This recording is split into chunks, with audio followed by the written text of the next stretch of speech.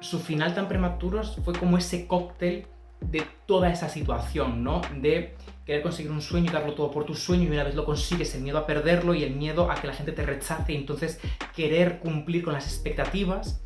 Bienvenidos una semana más al mejor canal de moda, aunque la gente no lo sepa todavía. Hoy, como habéis visto en el título, vamos a hablar de Marilyn Monroe, una mujer con una infancia marcada por idas y por venidas, una actriz y modelo, un icono de los 50 y sobre todo con una vida y una muerte marcada por la conspiración. Vamos allá. En 1926 nace Norma Jeanette Baker en el seno de una familia desestructurada. Su madre es madre soltera y sobre todo lo importante es que padece de esquizofrenia paranoide, por lo que a los pocos años Norma va a tener que ingresar en un orfanato.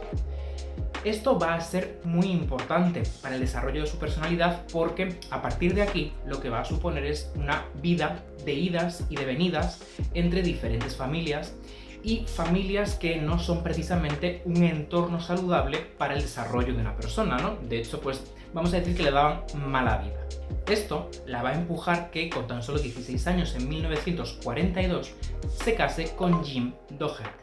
Un matrimonio que realmente es un matrimonio infeliz, donde ella se va a convertir en ama de casa, pero que le permite salir de esa dinámica de abuso en la que estaba inmersa. A lo largo de su carrera vamos a ver cómo tiene un afán por mejorar su calidad de vida. Tiene un objetivo y va a hacer lo que sea para conseguir ese objetivo. Será en esta adolescencia cuando empieza a desarrollar esta pasión por el cine. ¿Por qué? Bueno, pues porque de todos sus problemas se refugia en los cines. Llega la Segunda Guerra Mundial y Jim es llamado a filas, y como va a pasar en muchos países, las mujeres van a tener que asumir papeles que normalmente asumían los hombres. Es decir, por ejemplo, van a tener que trabajar en las fábricas. Norma Jean va a empezar a trabajar en una fábrica de balas en California. En 1945 se va a producir un hecho muy importante en su carrera. ¿Por qué? Bueno, pues porque va a ser fotografiada por el fotógrafo David Donovic para un catálogo, y a partir de aquí empezará a trabajar como modelo. Ella lo que va a hacer es inscribirse en una agencia de modelos, donde realmente ya empieza a aparecer esta sexualización de su persona. ¿Por qué? Bueno, pues porque consideran que, pues por su aspecto, no casa con modelos de alta costura, por ejemplo, sino más en el mundo pin-up, que después explicaré un poquito de qué va esto. Esto va a afectar a su matrimonio porque, bueno, pues porque a su marido no le parece adecuado que acepte ciertos trabajos de modelo, por lo que acabarán divorciados. Me parece interesante plantear un poco cómo es finales de los 40 y principios de los 50 a nivel estético. Acaba de terminar la Segunda Guerra Mundial, entonces lo que se quiere es volver a los roles tradicionales. Por lo tanto, esos avances que había conseguido la mujer a la hora de ocupar puestos masculinos, quiere volverse para atrás, quiere retomarse ese glamour y esa estética tradicional. Por lo tanto, aquí vamos a tener, por ejemplo, las faldas midi van a ser faldas que están muy presentes, los vestidos siempre con un largo por debajo de las rodillas, porque por encima se considera que son inapropiados. Por tanto, volvemos a abrazar la estética femenina tradicional. También se va a acentuar esta feminidad mediante marcar la cintura, ¿no? Para beneficiar esa silueta de reloj de arena. Por ejemplo, el New Look de Dior pues va a ser esa representación de la feminización al extremo, ¿no? Esa feminización tradicional. El maquillaje también va a ser muy importante, y aquí vamos a tener, dentro de esta estética femenina, vamos a tener a las pin-ups. ¿Qué son las pin-ups? Bueno, pues es un estilo de vestir donde normalmente van siempre con vestidos de tirantes y con escote, y falda con mucho volumen, falda muy acampanada, eso siempre por debajo de las rodillas, y donde el maquillaje y el peinado va a ser muy importante. Normalmente el peinado va recogido haciendo como una onda, y después en el maquillaje no puede faltar un buen labial rojo. En el resto, ¿no?, fuera de las pin-ups, a nivel general, tenemos dos tendencias principales. Por un lado tenemos los recogidos, los moños altos, donde Audrey Hepburn, por ejemplo, podría ser pues el ejemplo de ese peinado, y después vamos a tener a Marilyn con su maravillosa melena rubia. Llegamos a 1946. Se muda a Hollywood y aquí lo que vamos a ver es que todos los trabajos que le van ofreciendo los va cogiendo. ¿Por qué? Bueno, pues por ese afán de conseguir su sueño.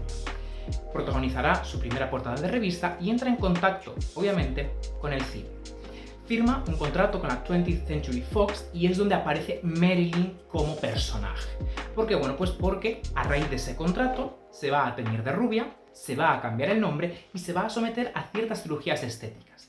Este cambio estético se puede leer, o hay personas que lo leen, como una forma de marcar aún más los rasgos de mujer caucásica. Como una estrategia de los estudios, porque en este momento cuando firmaban a una mujer, lo que hacían era controlarle la vida laboral y también la vida personal, es decir, querían construir un personaje completo. Y estamos también en unos Estados Unidos con muchos problemas raciales, entonces querían marcar estos rasgos característicos de la mujer estadounidense. Podría decirse que es por eso, yo no lo sé, yo lo he leído y me parece interesante. Tampoco, pues eso, cositas. Va a filmar su primera película, Shoulda Who, Shoulda Hey, pero realmente después en el montaje será eliminado totalmente de la película y le rescindirán el contrato con la 20th Century Fox. Al poco tiempo va a firmar un contrato con Columbia, protagonizará Las chicas del coro, pero también no le van a renovar el contrato. Por lo tanto, los siguientes años, hasta llegar a los 50, van a ser años bastante complicados, ¿no? Años en los que va a tener que decir que sí a muchos trabajos, que después puede traerle mala fama, aunque no, pero poco a poco va trabajando en construir el personaje que quiere mostrar, para que en los 50 realmente explote Marilyn Monroe como personaje. Con la llegada de la nueva década, 1950, llega un nuevo contrato con la 20th Century Fox, un contrato para 7 años, y este contrato realmente será el que haga que avance muchísimo su carrera. En 1951 se sube al escenario de los Oscar en su primera y única aparición para dar la categoría de Mejor Banda Sonora y se sube al escenario con este vestido. Es un vestido elaborado en tul negro, con escote bardot y decorado con piedras brillantes. Y cabe destacar que cuando se sube efectivamente para entregar el premio, acompaña el vestido con una chaquetilla también elaborada en tul negro. En 1953 va a protagonizar Los caballeros les prefieren rubias, de la cual se va a extraer un fragmento, que es el que estáis viendo, que es archiconocido, donde va a cantar Diamonds Are Girls' Best Friends y donde aparece con este vestido fucsia maravilloso, un vestido ceñido, escote palabra de honor, largo hasta los pies obviamente, con ese detallito del cinturón en ese tejido satinado rosa fucsia y donde obviamente los accesorios van a ser unos pendientes y pulseras de diamantes y unos guantes del mismo tejido y mismo color que ese vestido. El punto focal o lo más llamativo del vestido va a ser el gran lazo que lleva en la parte trasera. Todo este éxito profesional va a tener sus repercusiones en el lado personal. ¿Por qué? Primero porque para muchas mujeres es un icono de una nueva forma de ser y una nueva forma de vivir, pero a la vez que tiene que compaginar esta admiración con mantenerse en el éxito y también luchar contra su propia timidez. Por lo tanto, aquí lo que va a suceder es que en muchas ocasiones va a abrazar elementos de los personajes para llevarlos a su vida privada. Es decir, para luchar contra esa timidez, le quiere dar al público lo que el público quiere de ella, que es ese personaje en el que ya se había encasillado de rubia tonta que no tiene nada que decir. Entonces, en muchas ocasiones va a utilizar los recursos de los guiones para enfrentarse a su vida. El 14 de enero de 1954 se va a casar por segunda vez. Se va a casar con Joe DiMaggio, el que para muchos fue el amor de su vida, mutuamente. Porque se dice, ¿no?, que después del fallecimiento de ella, él siguió llevándole flores hasta que falleció, pero fue un matrimonio bastante turbulento. Antes de contar los chismes, ¿no?, de este matrimonio, vamos a hablar de cómo fue su vestido de novia, que rompe totalmente con los elementos tradicionales de la moda nupcial. Aparece con dos piezas, una falda y una chaqueta, elaborado en un tejido grueso, color marrón oscuro, y el cuello elaborado en piel de color blanca. Aparece también con unos zapatos deep toe, con lo que pues se aleja totalmente del vestido y del color blanco. Es un matrimonio que va a durar solamente 9 meses. ¿Por qué? Bueno, pues principalmente porque Joe DiMaggio, teniendo ciertos comportamientos bastante cuestionables, no es capaz de soportar, en resumen, que tener una mujer más exitosa que él, a la que alaben más que él. De hecho, cuenta una anécdota que cuando Joe DiMaggio tiene que ir a Corea por unos asuntos de negocios, Marilyn lo acompaña y la invitan a como ir a la base militar estadounidense en Corea para que pues animar un poquito a las tropas, ¿no? Entonces allí va, se sube y canta un poquito. Y es donde podemos ver este vestidazo maravilloso, un vestido ajustado, color morado, todo con pedrería y de tirantes, y que ver que su mujer era como deseada por tantos hombres, pues él parece ser que no lo llevó muy bien. Entonces tuvieron como muchas movidas y pues Marilyn decidió divorciarse porque consideraba que no era el tipo de persona que quería a su lado. Algo a destacar también de ese vestido de las tropas y Corea es el bullet bra. El bullet bra es un elemento muy famoso en los años 50. Aparece ya en los 40, pero en los 50 es cuando explota totalmente. Era una forma más de feminizar a la mujer, ¿no? Por lo tanto, lo que se utilizaban eran esas formas cónicas en el pecho. Se hacía en un primer momento mediante un sujetador simplemente con forma cónica, y después llegó a tal extremo que para garantizar esa forma se rellenaban los sujetadores de espuma para que fuese cual fuese la posición y el movimiento que se hiciese, se mantuviese esa forma cónica. A mí personalmente pues me parece como que estiliza bastante, me parece bastante como... me gusta en ciertos contextos, a mí personalmente me parece estético. A lo largo de los años 50, los personajes que protagoniza Marilyn Monroe son bastante parecidos, ¿no? Volvemos a ese mito de la rubia tonta que no tiene mucho que decir, y ella llega un momento que se cansa y plantea a su estudio, por favor, que le diesen personajes que la retasen profesionalmente. Esto fue tomado por el estudio como un síntoma de rebeldía en la actriz y la despidieron. Esto ya os adelanto que va a durar muy poquito. Y por ello, en 1954, junto a su compañero Milton Greene, lo que hace es empezar a trabajar en crear su propia productora, cosa que yo no tenía ni idea que había hecho. Una productora en la que, como ella iba a pagar esas películas que ella iba a protagonizar, podría hacer los papeles que ella considerase, ¿no? Que la retasen profesionalmente. En 1955, y tras un acuerdo con la 20th Century Fox, que, claro, estamos hablando de que habían dejado ir a la actriz más taquillera del momento, entonces prácticamente como que le rogaron que volviese, y entonces firman un acuerdo en la que, por cada película que hiciese con la 20th Century Fox, ella podría hacer una película con su propia productora. Y en 1955 se produce la escena icónica de La tentación vive arriba. Como parte de la promoción de la película, lo que hacen es que esa mítica escena la van a grabar en la calle de Nueva York, donde los curiosos y los periodistas podían acudir. Repitieron la escena creo que unas 20 veces, ¿no? Y aparece con este vestido blanco mítico. Es un diseño de William Travilla, elaborado en crepe blanco con el cuello halter y la falda midi lisada, y que me parece curioso cómo contrasta, ¿no? Ese vestido tan sencillo y tan pulcro, tan limpio, con la suciedad y la oscuridad de las calles neoyorquinas. Como dato curioso, William Travilla ya había diseñado con anterioridad un vestido semejante a este. El único cambio era que era largo hasta los pies y que el tejido, en vez de ser crepe blanco, era un tejido dorado brillante, para una película. Pero el estudio consideró que era demasiado arriesgado y demasiado inapropiado ese vestido, por lo que no lo utilizaron. Y fue la propia Marilyn la que convenció a su equipo para que se lo dejase poner para una entrega de premios. Llegamos a 1956, cuando se anuncia su compromiso con Arthur Miller, que era un dramaturgo, parece ser muy importante de esos años. Ya se conocían desde hacía años, pero pues en el 56 decidieron casarse.